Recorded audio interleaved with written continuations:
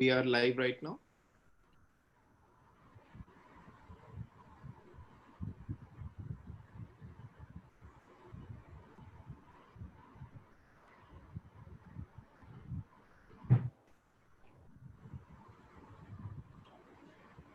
Should we be?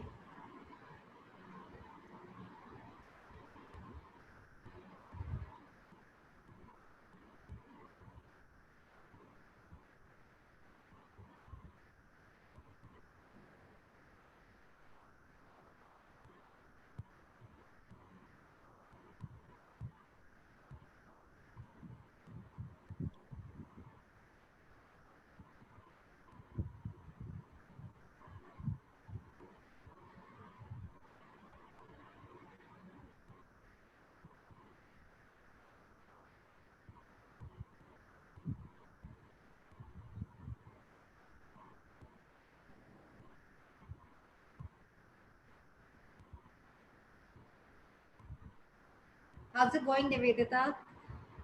Okay, good. You tell me. What? So, what are you doing on a Saturday?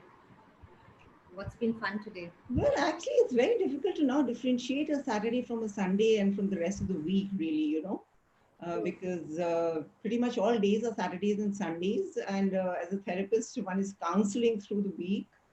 Um, I've been kind of off it for some personal reasons at the moment, but yeah, it's like, how's it been like for you? It's been, yeah, same. And I guess one of the things is that we've really been, I've just been missing people's birthdays because days have just melted into each other. And I was one of those people who would remember friends and family birthdays, and I've forgotten pretty much all of them in April. So clearly, Oh, you know, dear. different calendars on. And although we're working, so we do need, we do have, I mean, I have a sense of days, but still. Right.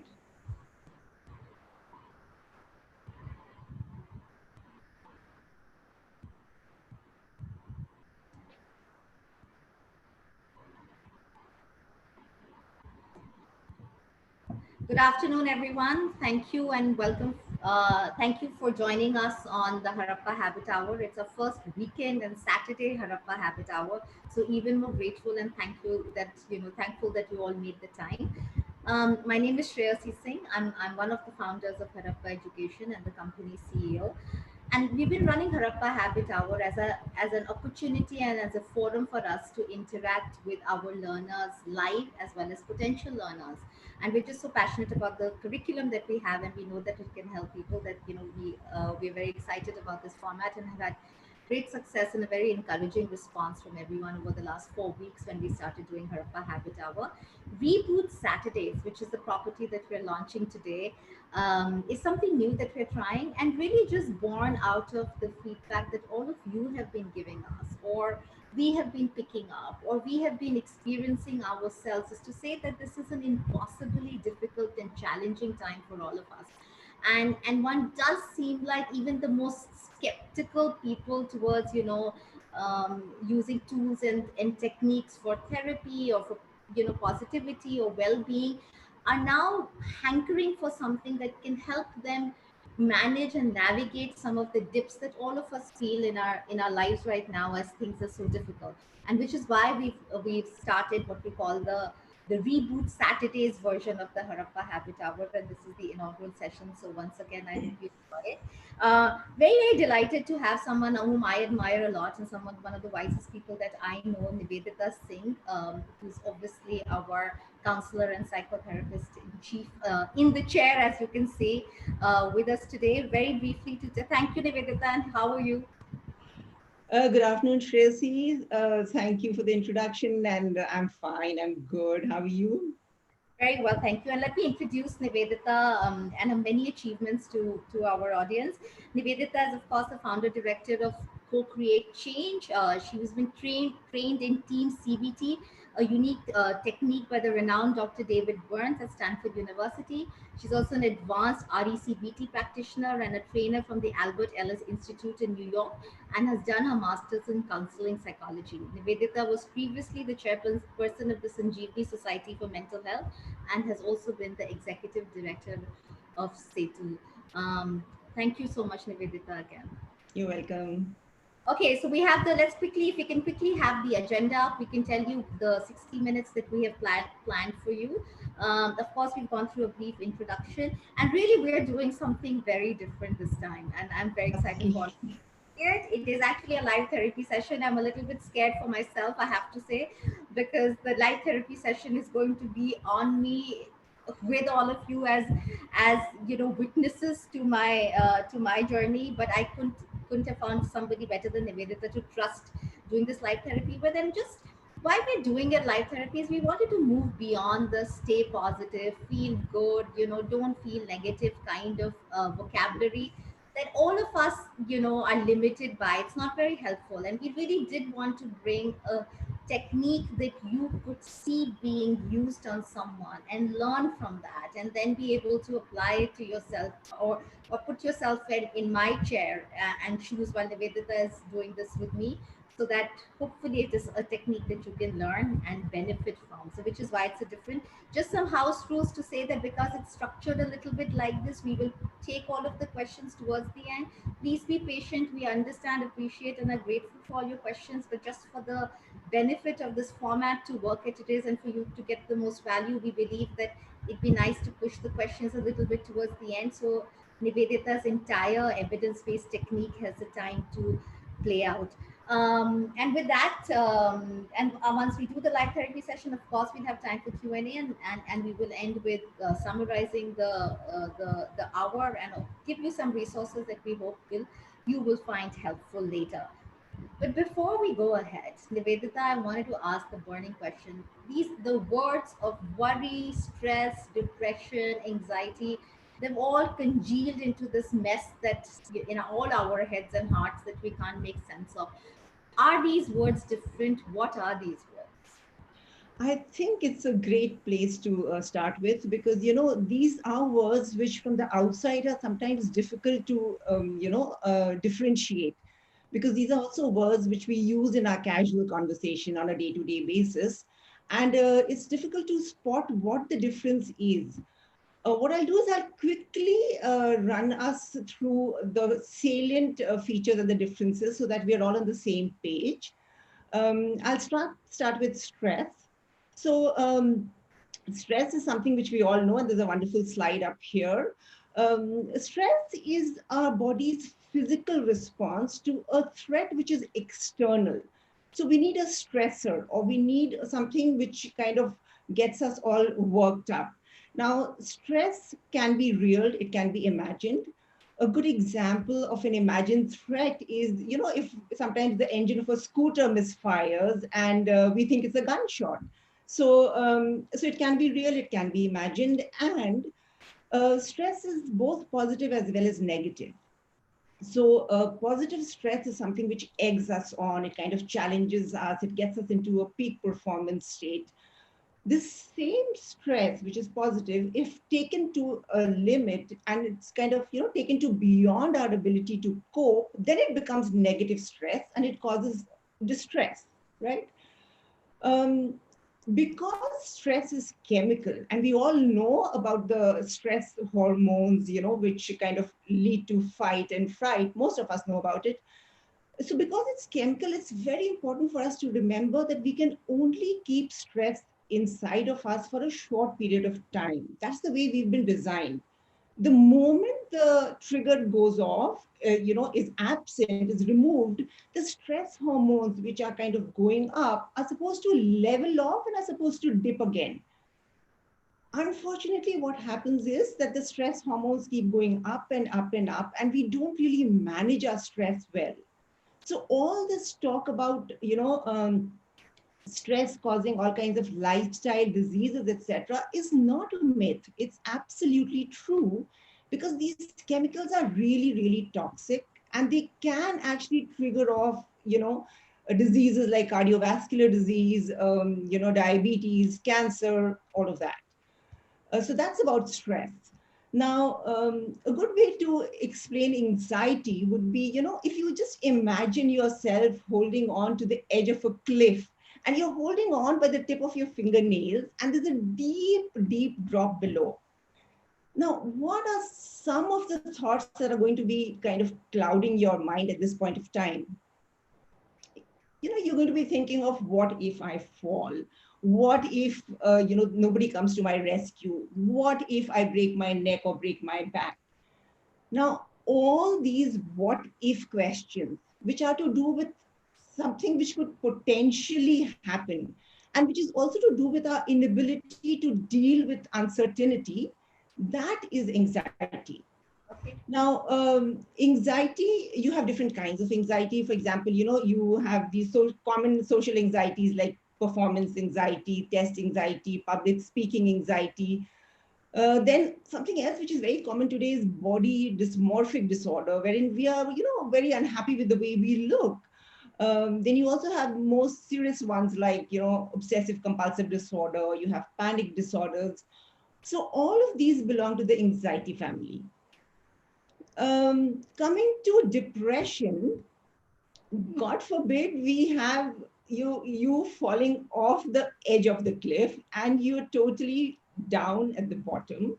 You're bruised, you're broken, you are down and out, you're helpless and hopeless, and you've given up, and there's an immense amount of fatigue and pain and disinterest and detachment.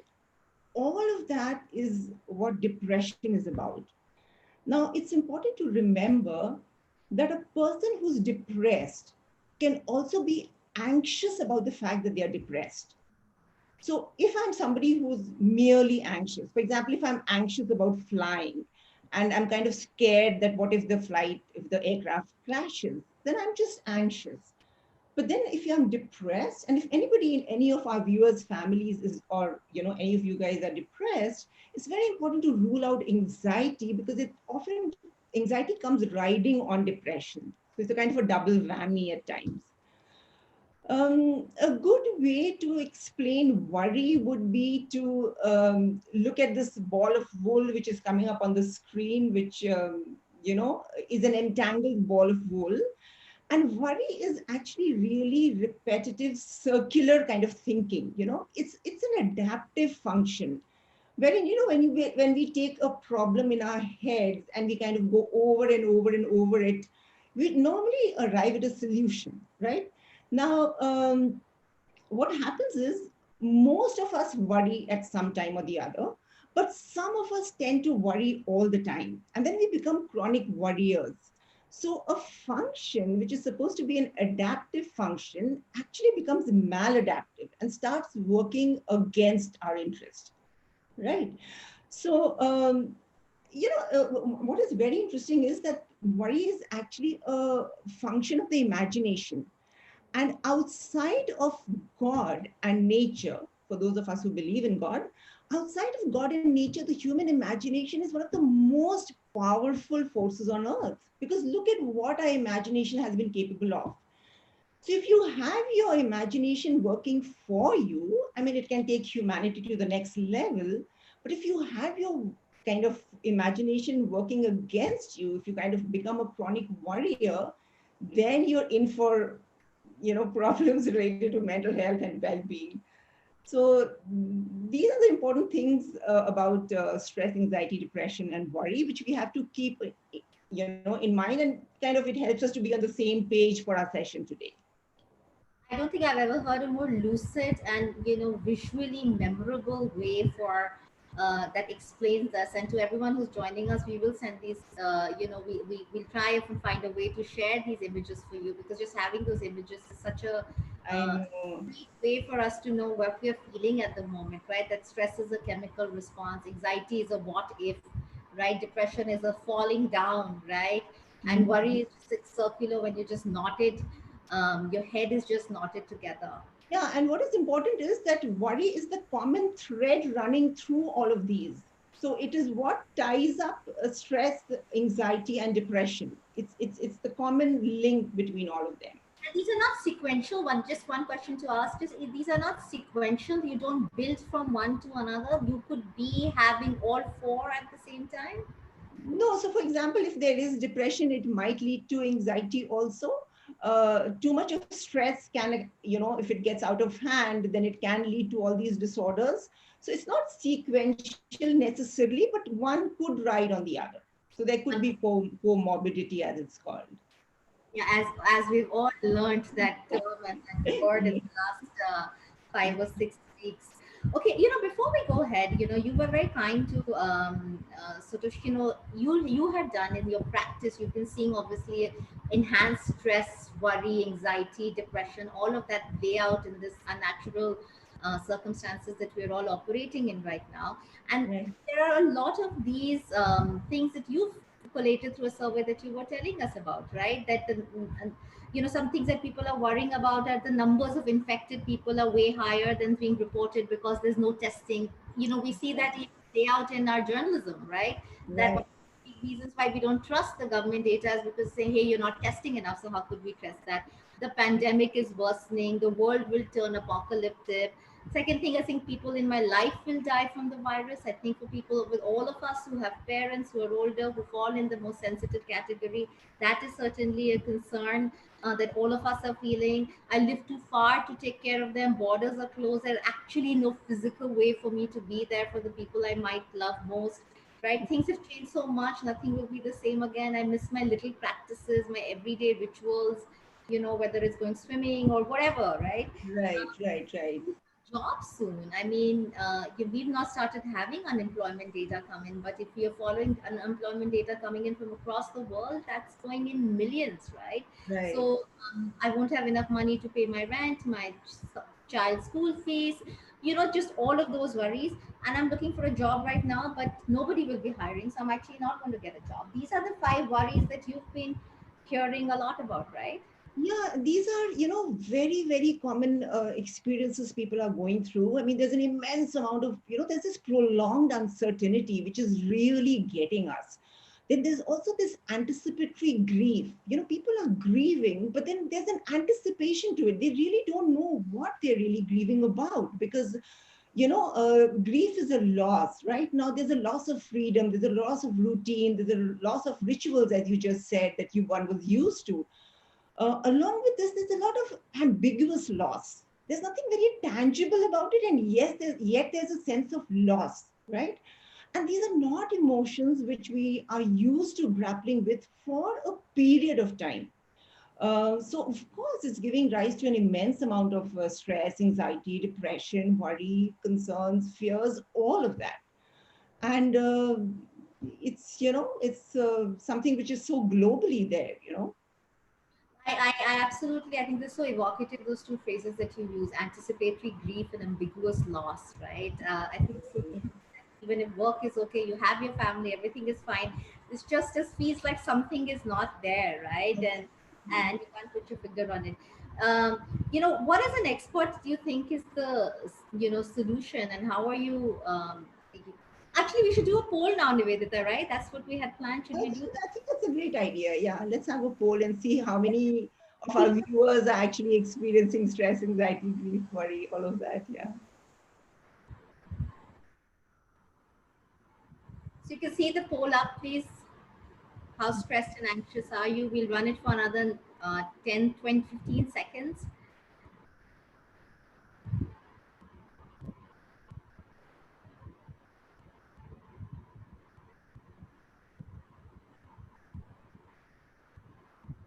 This is obviously,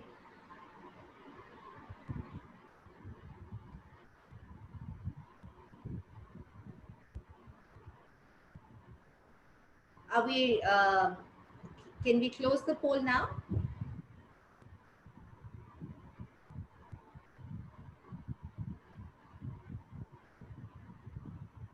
Sharing.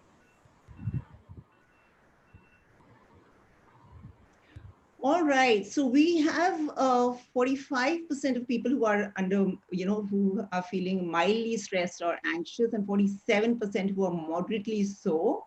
And there is 23%, sorry, 8% who are severely experiencing stress and anxiety.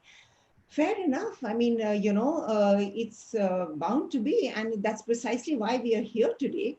Now, what is very important at this point of time is how we look at all of this. And there's this quotation by this Greek philosopher called Epictetus, who I really, really think is so relevant at this point of time. Epictetus says, we feel the way we think. Mm-hmm. Now, if we just pause and think of what this means, you know, what I'd like to actually ask our viewers and you, Shresi, just now is, if I asked you to feel sad just now, how would you feel sad? You think of something that saddened you or made you upset or made you feel sad, right? And that's going to kind of bring out the emotion of sadness. So that pretty much proves what Epictetus said, that underlying our emotions are our thoughts, right? So and we'll give evidence of this in the course of the afternoon today. So what exactly are thoughts is the most important thing to talk about, and what are feelings, if that's what we're talking about today. So thoughts are, thoughts are statements or opinions or points of view. For example, the ones which you read out, the fact that the pandemic is really getting worse, that the borders have closed, or what if I'm unable to go and meet my parents, that the virus is mutating. All of these are thoughts, right? Now, these thoughts lead to our feelings. If I was to ask you, if we can bring up another slide, if I was to ask you, um, I feel that the youth today are very, very hardworking. What would you say is my feeling? Your thought, actually, right? It's your Yeah, opinion. you're the smart one for that. And it's normally a trick question we ask where everybody gets all full of emotions, because erroneously we prefix the word, the two words I feel to a thought, and then we think we're talking about our feelings, right? It's actually a thought, it's a point of view, it's an opinion. Please remember that feelings or emotions, and we're going to use them interchangeably today, are expressed in single words. For example, guilt, shame, joy, anger, frustration, they're always expressed in single words, right? So that was thought, these are feelings. Now, it's important to remember that what Epictetus is saying is that if thoughts create feelings, then positive thoughts create positive feelings, and negative thoughts create negative feelings, right? You might well ask at a time like this, am I somewhere suggesting that you should not be experiencing negative thoughts and negative feelings? Please, that is absolutely not what we are saying. Please remember, this is an adversity. Whether it's this adversity or any other adversity, any crisis in your life, if it's hurting you, if it's causing you pain, it's bound to have negative thoughts underlying the emotions, right? So please give yourself permission to feel, sad or disheartened or anxious, and allow yourself the negative thoughts, because that's what being human is all about. That's what being normal and natural is all about. And it's ridiculous to say that please feel positive, please look at the brighter side, please kind of breathe deeply, and focus on something which is, how can you? I mean, these are extremely distressing times, right? But if you go back to that slide again of positive thoughts and negative thoughts, can we can we go back to the previous slide? Yeah. So what I'm really saying is, negative thoughts leading to negative feelings is fine. But on the extreme right, you have distorted negative thoughts leading to distorted negative feelings. Now, these distorted negative thoughts are thoughts which are actually, not based on logic. They are irrational, they are inflexible, they are rigid, they are, not evidence based, not data driven, they are speculative and hypothetical, and they cause an immense amount of anguish and distress and anxiety, to the extent that it leaves us debilitated. Now, that is something which you have to get out of. So, the extreme right column has to move more towards the center, where you can have negative feelings, but not feelings which are actually robbing you of your peace of mind and absolutely rendering you dysfunctional. Okay, so Yeah. Anyway, one question I must ask you, please, is when do negative thoughts and negative feelings become distorted negative thoughts and negative feelings? those are distortions which actually come to us automatically, and that's why they are called automatic negative thoughts or ants. It's a part of your one of your harappa habits. And we'll come to that as we go forward this afternoon. And we don't really know how it happens. It happens pretty automatically. Great. You talked about so many. I love that. I mean, I think again, so lucid to say that feelings are words that you one word that you can describe that feeling by, whether it's guilt or shame or frustration, anger, right? And I think that really, and it's not an opinion which a thought could be. For example, if I have to be honest, I have to say I'm no different to anyone else, and the kind of fears that what came up in your survey are absolutely the fears that I on any given day might feel. And much like many people I'm sure joining us, I have to run a business and have it stay alive and flourish at a time like this. I also have a teenage son, which always creates. I think this is a really tough time for parents. So you said you'd help me find some solutions. So Absolutely, that's exactly why we are here. We'll quickly do a very quick recap of what we've talked so far. So remember, stress, anxiety, depression. Stress is chemical. Anxiety is at the edge of a cliff. Depression is down the cliff. Worry is the ball of wool. Thoughts lie at the core of our feelings. Thoughts are statements. Feelings are words, single words. In an adversity, it's perfectly okay to have negative thoughts and feelings, just not have distorted ones. Okay. Now, moving on to what you were just saying, Shresi, what we'll do now is have a live session with you. And I've really been looking forward to this, even though it's a huge challenge and it's kind of, I'm in a bit of a bind. But what we'll do is we'll pull out a mood log, which is a tremendous tool that we use. And this has been designed by Dr. David Burns, who is the adjunct clinical professor of psychiatry at the Stanford School of Medicine and Behavioral Science. And this is a tool which is, it gives us an accurate insight into the thoughts and feelings of the person that we're trying to help. And not only an accurate insight into thoughts and feelings, but also the intensity of these feelings and these thoughts, right? So it's pretty much like an emotional X-ray machine. And this, along with a lot of other tools that he's devised, has absolutely changed the way in which psychotherapy is being done now. It's kind of, totally, treatment driven and evidence based, and it kind of leads to solutions being arrived at in the course of 2.5, 3 hours, right? So what you have to do here, Shresi, is write down an upsetting event and try and be as specific as you can be. Write down the negative thought that you feel you've thought of at that point of time. And these are emotions which are here. Just encircle the ones that you experienced. Okay. So while you're doing that, while you go off the screen, can we have a filled one which I can share with the viewers so that I can request the viewers to please pull out a sheet of paper and we'll see how we can help you with this mood log. Write down the upsetting event. For example, what I've got here is watching the news update at 8 p.m. And, whoever has filled this said, I saw a spike in the corona cases and I was anxious.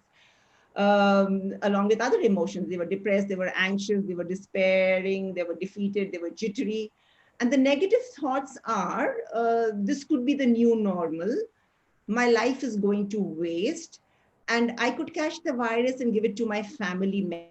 this is the negative thoughts that are here.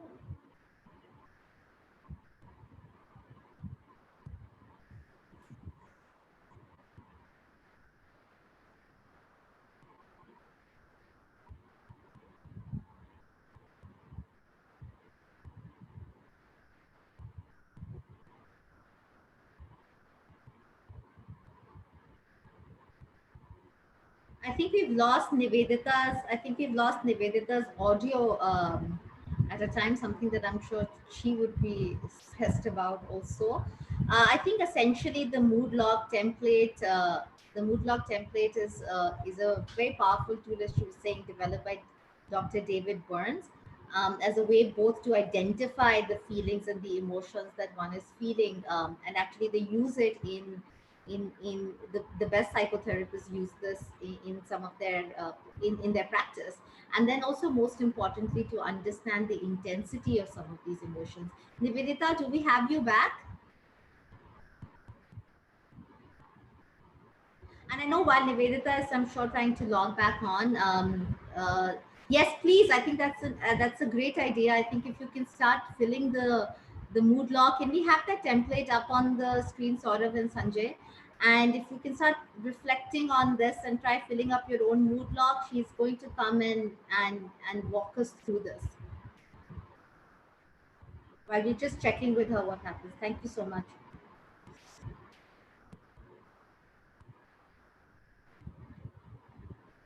I think it's very important to identify your upsetting event.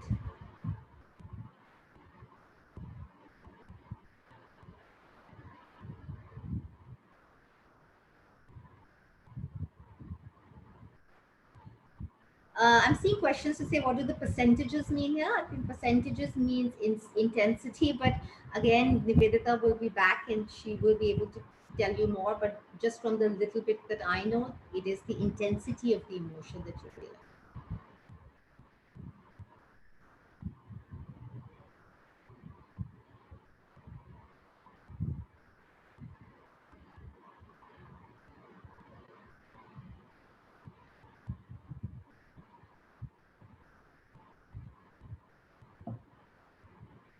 I agree, Nupur. I think it is an incredible tool to, and I think it's just so easy that we can all use it.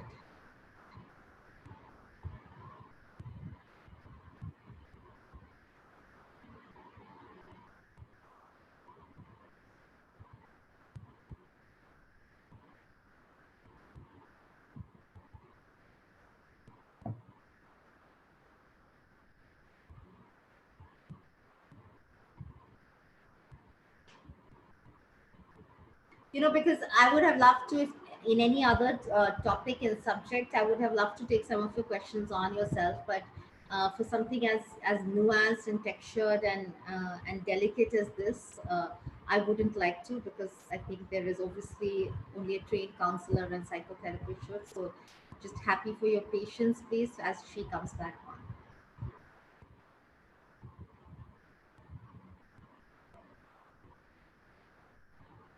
Yes, I can tell you. Someone's asking, in the meanwhile, for whoever's interested to share about the Harappa habits that Nivedita mentioned when she was on.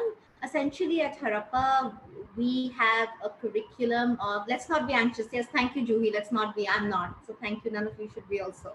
I think the Harappa habits is essentially a curriculum framework that we've created at Harappa Education. And the curriculum framework is essentially 25 courses on cognitive, social, and behavioral skills. Lead is one of our 5 habits, and within lead we have 5 courses or 5 skills as Jyoti, well. Yes, Nivedita.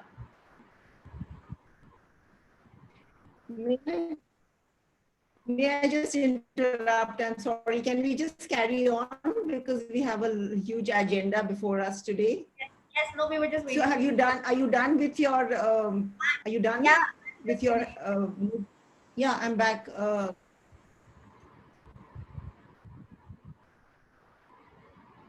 Yes, I've mine with Sanjay now. Sanjay, if you could have that up, please.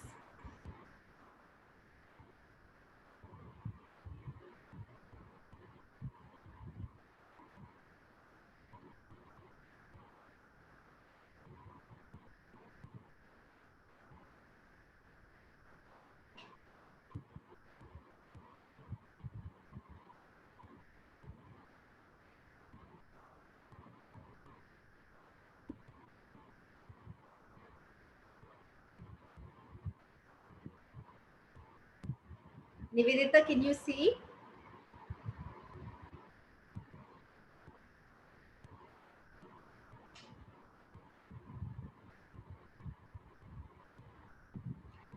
Yeah, she's really having trouble today.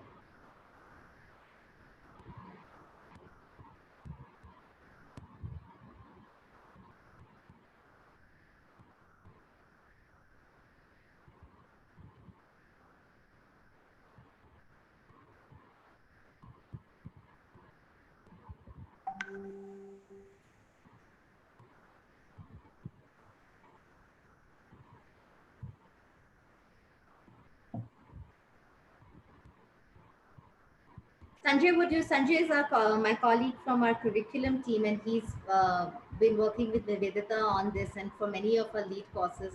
Sanjay, can I request you to please come in and explain some of this in a little bit more detail as Nivedita comes on? Yes. So the mood log that we have on our screen right now is a technique that is used by therapists and counselors to help people understand the precise emotions that each of us feel at a certain point of time, which triggers a negative thought in our mind.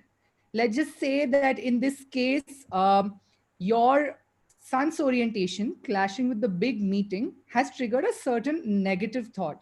What we hope that the attendees can do by looking at this mood log is to identify through their own upsetting event and the negative thought that triggered in their mind based on that upsetting event. They'll be able to highlight the exact emotions, because we often tend to use categories instead of precise emotions to label our feelings. And what ends up happening in the process is that we tend to lose the texture behind each of those feelings and misunderstand what is exactly that is happening to us. The minute we are able to label them accurately is when we can start understanding how to sit with it, process it, and move beyond it. And if I could quickly help people understand the percentages that have been mentioned here, in the template, there is a column called the before percentage. The before percentage is essentially the intensity for that entire category. For example, in the category of anxious, if there are different kinds of emotions like worried, nervous, panicky, and frightened, and let's just say that you have highlighted here that you are worried and you do feel nervous, 65% is the cumulative intensity of those two feelings in that category. So if I could request all our learners to also try to create a mood log for themselves and highlight the precise emotions that they are feeling right now and try to put a number next to it. The minute you are able to put a number next to it, what it essentially does is helps you understand that where are you right now at this point of time in the spectrum of feeling that emotion. Because as quantitatively as you can define a certain emotion, it becomes easier for you to understand how moving from that state to a state where you have diminished the emotions that you have feeling, or you've been able to reduce the emotions that you've been feeling, is possible. It's very easy for someone to say that feel better, why don't you look at the silver lining, why don't you look at some positive aspects of the situation that you find yourself in. And while there is a great amount of benefit in doing that, more often than not, for adversities and the setbacks, especially like the one that we are currently facing, it's very difficult to do that. So the more evidence based and scientific way to deal with this is to identify how you're feeling right now at this precise moment and how intense those feelings are, so that you can start processing them to understand where you would like to move on to. We're not expecting that all of these emotions will go back to zero. That's often not possible, and that's not even ideal. But however, we hope that through this exercise, you can Nivedita, start noticing them. We have Nivedita back, so I'll just hand it yes. over to her.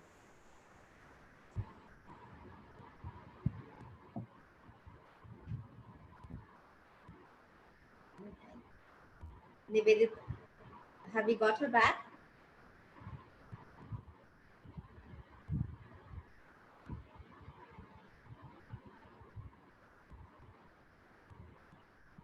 Hi. So this was absolutely anxiety inducing. totally the our worst fears coming true. So what we'll do is we'll just go forward with what we have and we'll see what we can cover by the end of this afternoon, right? So this is what your mood log is. Shresi, can you please read it out for me? Because there's this block coming in front of my screen which says leave meeting. Sure, sure. I'll do that. So essentially, I'm saying, Nivedita, that my upsetting event, as I always say, I have a toddler company and a teenage son, is that my recently, as everything moved online for school as well as every work meeting, my son's orientation Right, class, big meeting, right. with the client, and both were important. And one of the other things that I've been feeling as well is I'm being so tough on him in terms of how much time he's spending on a device, and because what else is there to do. And so I'm Mhm. like, I'm not being a good mother. I'm myself on a device. At any point, you'll have me. I have three devices in front of me: my phone, my iPad, and my laptop. As I'm trying to manage multiple things, and I'm not setting a Mhm. great example, right? So, I mean, I think those three are sort of loop thoughts that hit Okay. me several times a day. So, what you're saying is that, so this is a typical conflict that one has, between the different roles that one plays in life, the role of a mother, the role of a professional. And what you're really saying is that, you're anxious at 65%. I can see because you're feeling worried and nervous. You are feeling misunderstood. You're also feeling frustrated because you're feeling a little stuck. Now, these are very common emotions which a lot of our viewers who are mothers, who are working professionals might be able to identify with, right? Now, you also said something like, I'm not a good mother. I'm kind of writing down some of the things you just said. And you said, I'm also setting a bad example. Um, can you tell us some more? I mean, can you tell me exactly what happened? Was it today that you're supposed to go for the orientation? Was it some other day? What really happened? So it was a couple of weeks back. So Mhm. that was that one event, and I think I cut short the orientation. I attended it, but I cut short, and I don't think I was fully present there, which is I think, or in the other meetings. I think that is something that I think happens to many of us at several times. Right. Ice thing is a consistent one because all our lives have converged into one Zoom screen. So obviously I'm online for 12, 13 hours a day, and on the other side, so Mhm. constantly telling my son not to be online or on his devices as much. It seems even hypocritical to me, and just saying, listen, but these rules don't apply to me is not the way that I would say it. Of course, he's going to do this because look at what I'm doing, right? And what else he's supposed to do. Mhm. Mhm. That is just a constant sort of sense of guilt and poor role modeling or whatever that you call it. Okay. So you think that you're being a bad role model, and you also said that you feel guilty. In fact, I see that you feel guilty at 65, right? There's a sense of remorse. So, what are some of the thoughts that go on in your head when you are feeling misunderstood? That's something which you've written down on your. I think misunderstood is more. I think both I think misunderstood is also between both being at work and at home, and I think these are tough times for a company as well, and we have to move very quickly, make some very strong decisions, and I think I'm constantly worried that, oh my God, with just some very directive decisions that I might Mhm. take in my role as a CEO will be Mhm. misunderstood in the short term because I don't have the luxury of time to explain. Or do Mhm. I, or am I, is that my excuse that I'm giving myself to say that I don't have the luxury of time? I should explain everyone, do all of the consensus building that would happen and do it. And if not, if I should push ahead, then, I'll explain later. So I Mhm. just feel like, I'm sure that there are many people who might misunderstand what I'm doing. Right. And similarly at work, that I keep scheduling Zoom chats in the evening with friends and with family, and I keep getting out of it because I've been on the screen from 9 a.m. to 7 p.m., and that's the Right. last thing that I want to essentially do. So then I'm like, this is the time when you want to be closer to your family and to your close friends, and Absolutely. really, if everything is Mhm. on the screen, so I'm sure that they misunderstand as well. So I think that Mhm. misunderstood is also in sort of both places. Okay. And what if you said that, you're kind of concerned about the fact that your colleagues may not understand. And what if they did not understand? I mean, why would it be upsetting for you? What are some of the thoughts that come in your mind? We all want to be liked, don't we? We all want to be effective I and should be liked. be popular. And I think Okay.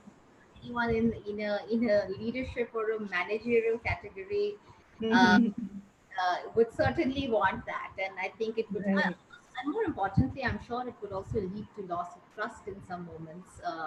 Because if you Right. don't have the time to explain your thinking and people don't understand. Mhm. So I think many Mhm. things, personal Mhm. relationships could be less warm. You Right. they could feel less respected. And there could be a loss of Absolutely. maybe I can just name Right. many things that happen. You need actually much more of all of that. So, Yeah. like, So there's so many kinds of conflicting. yeah, I'm the bull. Yeah.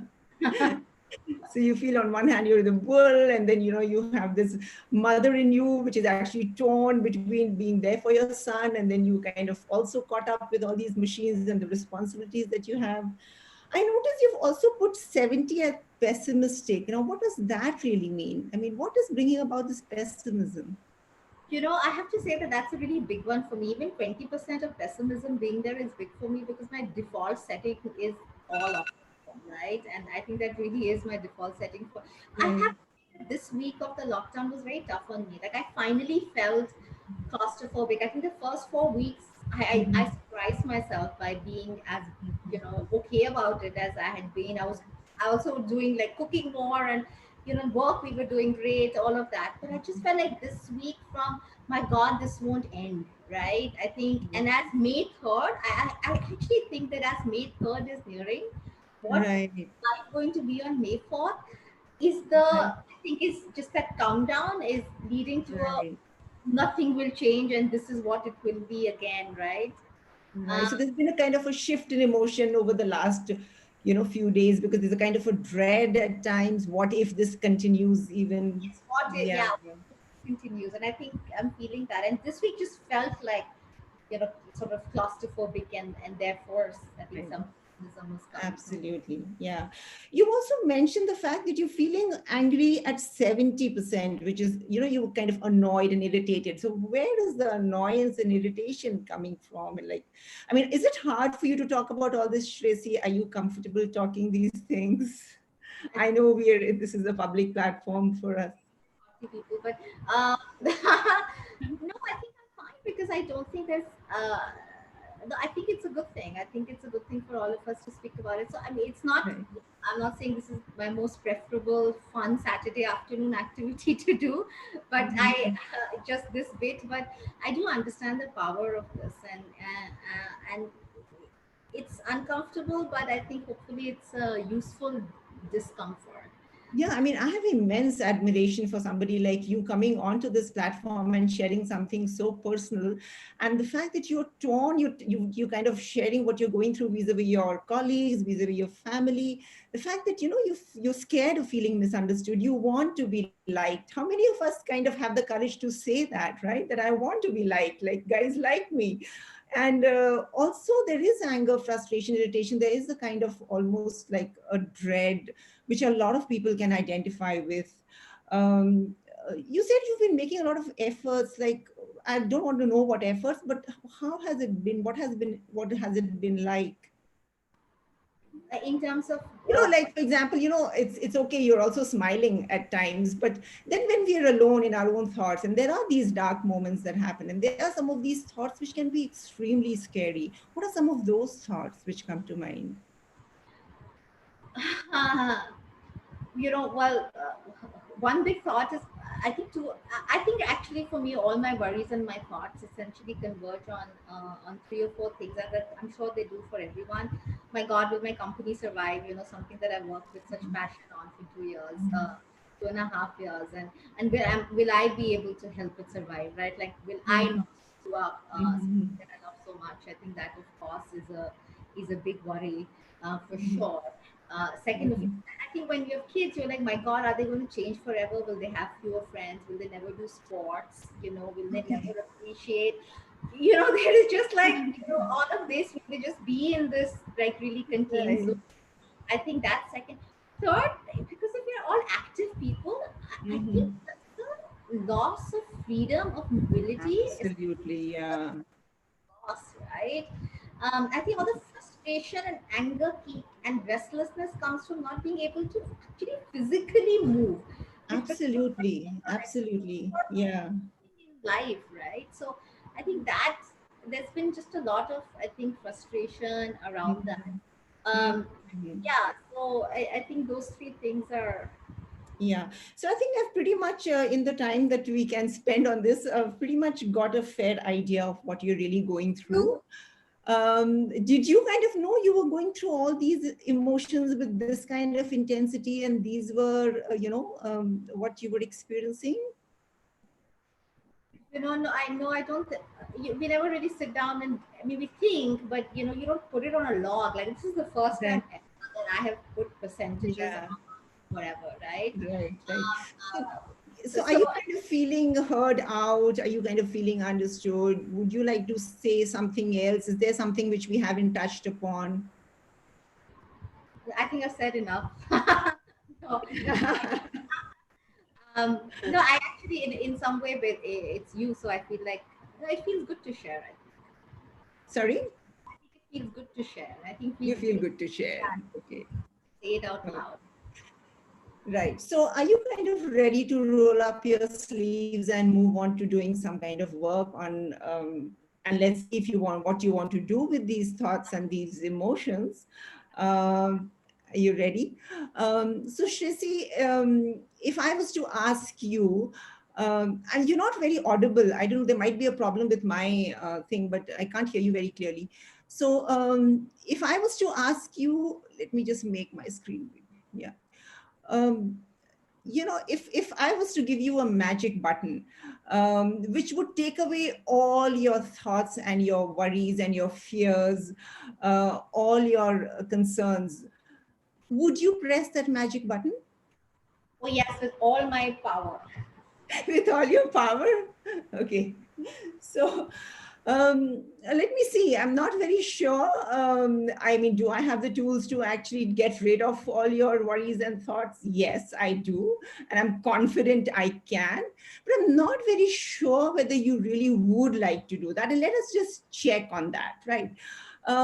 Let's move on to this whole concept of positive reframing, which is also a part of something which is one of your Harappa habits. And let us see, Tracy, there's one question I have. Is it fine if I take the next 10 minutes in this and, or can we go beyond 4 o'clock? Can the Harappa team please help us answer that question and please check with the participants and let us know if we can stretch to 4:10, please. We should continue, Nivedita, and the Okay, team will let. wonderful. Excellent. Thank you so much. And we really apologize for this power outage and this confusion that happened, totally robbed us of our spontaneity. Okay, so Shresi, let me see. You've said a whole bunch of things and I've got it all written down here. Um, Now you're saying that, you would be very happy to press the magic button. And I really want to know if you really mean what you're saying, because, you know, um, some of these thoughts, some of these feelings, they say things about you which are actually, which could be really, really positive and beautiful. So when you say something like, I'm not a good mother, what does it really say about you? That I want to be one. You want to be one? Yes. What else does it say about you? I love my son. I hold him. Absolutely. It's a testament of your love for your son. Perfect. Does it also say, maybe I'll help you out a little because does it also say that you're somebody who's accountable? Accountable. Yes, I think so. I definitely do think I'm very duty bound. So You're I duty bound, right? yes, Absolutely. Is that something that you see of yourself in your professional space as well? I think so. Yeah. I think it's the same thread. And is that important? Well, it'd be nice not to be so duty bound sometimes, but I think it does. But No, is it true? Is it true for you? it is true for me. I think. Yeah. It's true for you. Okay. Um, what else does it say about you? I don't know that I And have maybe some of our viewers can also help us in the chat box if you want to. What does it say about Shresi? The fact that she is, she says, I'm not a good mother. What are some very positive things this kind of reflects about her?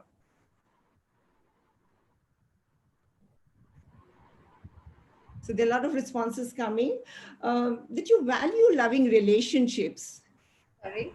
Do you value loving relationships? Does it say that about you? And you only have to say yes to me if it's true Yes, for you. yes, yes, yes, yes, of course. Relationships matter. Yes. Do you kind of invest a lot of yourself in relationships, in friends, your colleagues, your, I think yeah? so. I think so. I think I'm Do you committed to the think so? relationships I But build. at least definitely your relationship with your son matters a lot for you. Absolutely. Yeah. You also told us that you're frustrated or stuck at 80%. That's a high emotion. What does your frustration show about you or tell us about you that's positive? And I'm action oriented. Like I just want to move, right? I think like growth, movement, doing things, like Okay. being out there. I think are exploring everything, exploring the world. All of those Okay. are, I think, where the frustration of feeling stuck is coming from. So I think that's what is. Mhm. And frustration also sometimes shows the fact that, when do we get frustrated? When we've tried and tried and tried and we are unable to really get what we want. So it shows effort, right? It shows initiative. It shows determination. Now, you only have to agree if it's something which you feel is you. Those are all good things. So I would be tempted to say yes to all of them. No, don't get tempted.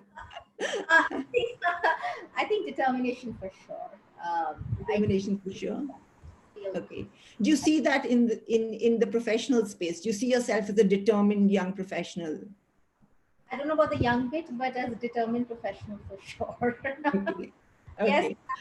My God, Okay. I'm sounding so full of myself, Nivedita. Your positive thing is embarrassing. No, it's okay.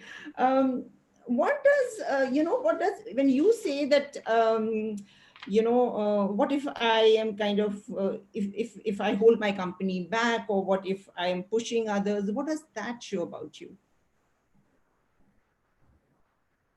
Um, yeah, I think I'm very. Well, again, I think high standards, high aspirations for You sure. have Even high standards. standards. And no, I think high aspirations is probably a better whatever. I think I Okay. have aspirations from everything and everyone around me, and I don't. Right. I think that there is a negative to that for sure for me and the others around me. But I think that is me. Okay. So you're saying that it shows high aspirations. It shows that, does it also show empathy and compassion? If you're kind of concerned about pushing your colleagues very hard, does it show you as somebody who has compassion? I don't know. I'm asking you. I would hope so, but I feel like empathy and compassion you can't self-report. Can you say I'm kind and empathetic and compassionate? I think people should say that about you. So on Do those you three, see compassion in you in other spaces in your life? Forget the professional. That's obviously based on feedback, right? yeah, I generally feel like those are things others should say about you. Like I Okay. can't, I can never call myself kind, empathetic, compassionate, not because I'm Okay. not those, but I just feel like that's how somebody experiences you. So on that, Okay, okay, okay, fine, fair enough. You've also said that I should do more. What does that show about you, which is positive? which is positive. I think I am optimistic, right? Like I always feel like more can be done, and therefore Okay, more. I think like this is not. I'm nobody's. No, I genuinely believe that both the mind and the body are elastic commodities, and all of us hmm, have them work much more for us if we weigh the effort. So there's always more right. to give. I feel if we. So I think yeah, maybe that. Okay. You reported as being angry at 70%. What does your anger and frustration say about you that could be positive? What could be some of the benefits of being angry? I don't know what are the benefits of angry, but impatience I think is definitely a benefit. Is an action bias. Okay. I So think you're action oriented. yes. Yeah, I think yeah, that would be fair to say. Okay. Does also show when we also get angry when somebody violates our boundaries, right? So are you a person who has very clear boundaries, who respects your boundaries and respects other people's boundaries? Well, I'm doing this in front of so many people, so my boundaries are really I don't know where they are at this moment. I'm actually not a boundary person so much, at least Not not. so much of a boundary person. But yeah, but Okay. I So understand you that people saying that you saying that your anger really shows that you're more of an action oriented person, right? really from that. Yeah, and my boundaries are more like everything is sort of much more integrated than this is Okay. work, this is life, this is how I feel it. Yeah. Right. On Monday 10 a.m. and this on Sunday, whatever. No, I'll work on Sunday 11 p.m. and be at home if someone meets me on Monday 9 a.m. Right? So I think I don't have lots of those kinds of boundaries at all. Actually, Okay. Okay. What is your hopelessness, which is at 70%? What does that show about you? I think the hopelessness is really around that May 3rd and what's going to happen. And you can't in this situation you can't make any change, right? Like you can't. Right, right. There's a hopelessness in like not Is being it able to. also like goal oriented, goal driven? Does that show? Because there is a certain amount of, you have a certain goal in front of you as a Yeah, CEO. I guess. Yes, yes, Maybe you think it's stemming from there. could be. You're reluctant to give yourself that one, right? Yeah. I am goal oriented, but not in. I don't think I meant hopeless in that way.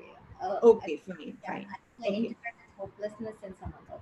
Um, you also said that you're scared of setting a bad example. What does that say about you that could be positive? I do want to walk the talk, right? Like, Okay, yeah, that's a good one. I really dislike hypocrisy. So, Mhm. yeah, like I don't want to make a rule that I don't keep, right? So, Right. like simple. If we have a rule for not eating in our office, I never eat in our office. Okay. So, Okay. yeah, I think that for sure. Okay. Right. So tell me one more time the reason why you had wanted to press the magic button was because, there were so many emotions that you just shared that you've been experiencing. And for example, when a person is annoyed or frustrated and angry, it kind of takes away your attention and your focus. So what were some of the consequences of these emotions that you have been experiencing? I am not feeling like myself. I think You're that's the not feeling like yeah, yourself. that's the biggest loss, right? Not to feel like Yeah, right. yeah. And then you're being anxious, you're being guilty and remorseful. What happens as a result, as an outcome of that? I mean, you don't feel so good about yourself, right? So one is you're not feeling like yourself, and the second is you're not feeling so good about Okay. yourself. Both are Yeah. in a way. Kind of, does it rob you of your attention and focus? Does it kind of Yeah. rob you of your appetite or your sleep or your patience? I think so. Patience for sure. I think patience Yeah. has taken a casualty. So has certainly been a casualty of this. No, Okay. Okay. So on one hand, you've been telling us that, because of these thoughts that you've had and these kind of emotions, you have been suffering to some extent, right? I mean, we can't make suffering a big, huge suffering, but there has been discomfort. There are moments when you're down and out and you're not your own self. You don't recognize yourself for who you are. On the other hand, we just did a positive reframing exercise wherein these thoughts and these emotions of yours show some beautiful things about you. Would you, if you press the magic button, your suffering will go away, but along with it also all the positives that you have? Would you be willing to press the magic button? yes. You still want to press the magic button, but I can take you through an acid test actually. What if I told you that you could actually uh, keep some of your, what if I gave you a magic dial instead, right? And if I told you that you can keep some of your negative thoughts and feelings, but you can dial it down. so that you could also retain some of the positives that you have. Would you be happy with that? Yeah, so I think I want the magic dial now, not the magic You button. want the magic dial and not the magic button. You tricked me there. Okay, that's great.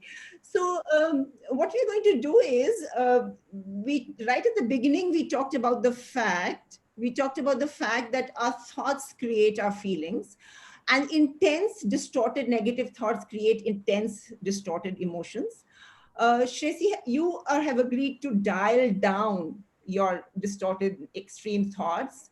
What we're going to be doing the coming Saturday is kind of see how these extreme negative thoughts can actually be reduced so that your emotions dial down to levels which are more, uh, which cause less suffering, which are more acceptable, right? Which cause less of being feeling disoriented, dysfunctional. It's less debilitating, right? And this is for the viewers, for many of you who actually might be feeling extreme or high moderate levels of stress, anxiety, depression. Please remember that when we come into the session next Saturday, there are going to be ways and means in which we are going to identify the thoughts which are distorted. We still haven't identified the distortion in Shreyasi's thoughts.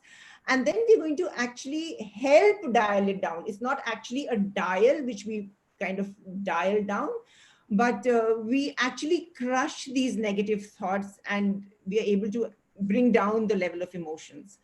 Are you game, Shresi? Yes, I am. You Do know, you this have any? I want to tell everyone that this was actually much more intense than I had anticipated for. And Nivedita and Sanjay did not tell me that this is what is going to happen. And thank you to everyone for the generosity of your comments. I think that's what's kept me going. But oh my gosh, yes, yes, finish. So, do you have any questions? Do you have something which you want to say, or do you want us to wind this up and come back Yes, next Saturday? yes, we should, because I think the Nivedita, the audience has some amazing questions, and I would really love for us to take a couple Yeah, of sure. those, Please go ahead. because we're at 4-5, Yeah. um, and we do that. But thank you so much. You know, this was much. It was a lot. I'll tell you about it also later. One question is, what control measures would we take on our emotions to not burst out while concentrating on work, household, and taking care of a child? I think many people are feeling that. That's one question. Then, when labeling emotions, it's easy to mix feelings from one event with another. How to Yeah. control for this bleed of emotions, I guess. And one last, and maybe we can take three. Everyone, sorry, we can't do. What should a person do if one particular thought comes and goes in a person's mind throughout the day? And I'm guessing they feel it's a negative. Yeah. So, if there is a particular thought which comes and goes, what we often do is we measure the severity of thought or an emotion by this simple formula, which is intensity multiplied by frequency multiplied by control. If it's a thought you have no control over, if it is a thought which is happening very, very frequently, occurring several times in a day, and also if it is on a scale of 0 to 10, if it is high intensity, then it's pretty high on the Richter scale, right? It's kind of debilitating, and then it's something for which you really need help.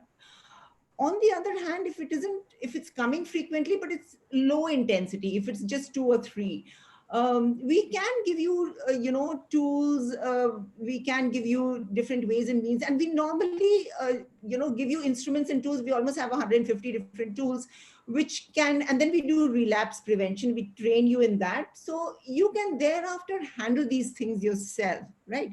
But yeah, don't kind of allow that to become a part of you and your personality, because it kind of robs you of your peace, and it robs you of your ability to function, and keep your relationships going. And what was the other question, Shrisi? Sorry, can you? The other one that we take, what if you keep having the same question, or the same thought or the same emotion over and over again throughout the day?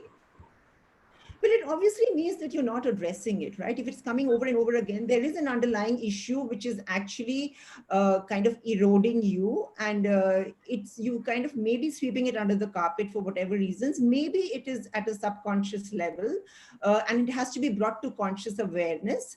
So that is again something which helps if you talk to a therapist, because people are trained to kind of get to the core of these problems, right?